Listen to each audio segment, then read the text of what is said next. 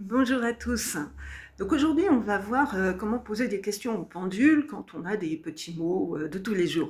Ça peut être maux de tête, maux de dents, mal de dos. Ça, c'est assez courant malheureusement.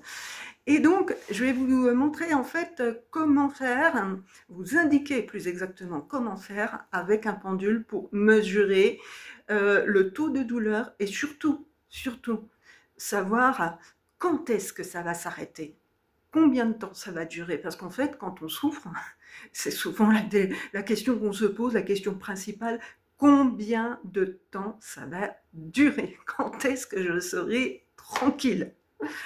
Alors, on va prendre un exemple. Par exemple, dernièrement, j'ai eu vraiment un super mal de dos. J'avais vraiment très mal. Et j'ai posé la question en plusieurs étapes. Alors, toujours en utilisant un cadran des pourcentages dont j'ai déjà parlé, vous pouvez mesurer en premier quel est le taux de ma douleur actuelle. D'accord? Ça vous donne un repère, ça vous donne un pourcentage. Ok. Ensuite, vous allez mesurer par exemple quel est le taux de cette douleur pour un mal de dos, on va dire demain, parce que ça ne va pas s'arranger non plus en 24 heures comme ça en général.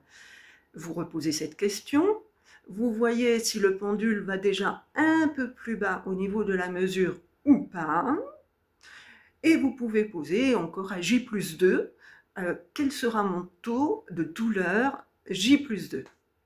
Là, moi, personnellement, dans mon cas, j'avais obtenu quasi 0%, donc c'était bon.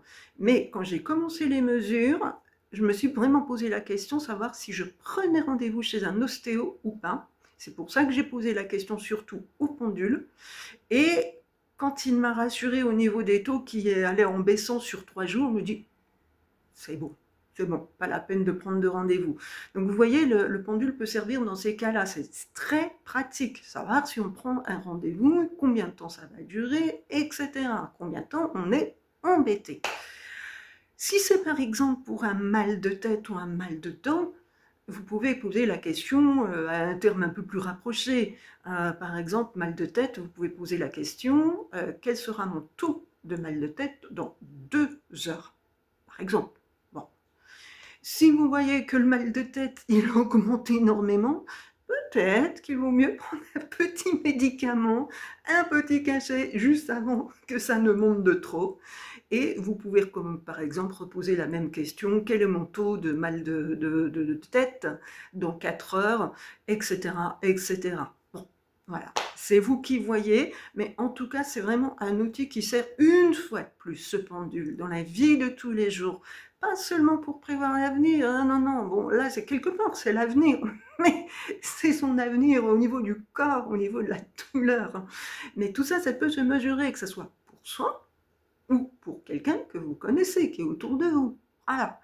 Et après, si on va plus loin, pour ceux qui savent envoyer de l'énergie, évidemment, vous pouvez agir sur tous ces mots pour faire diminuer cette douleur, que ce soit sur vous ou sur quelqu'un d'autre.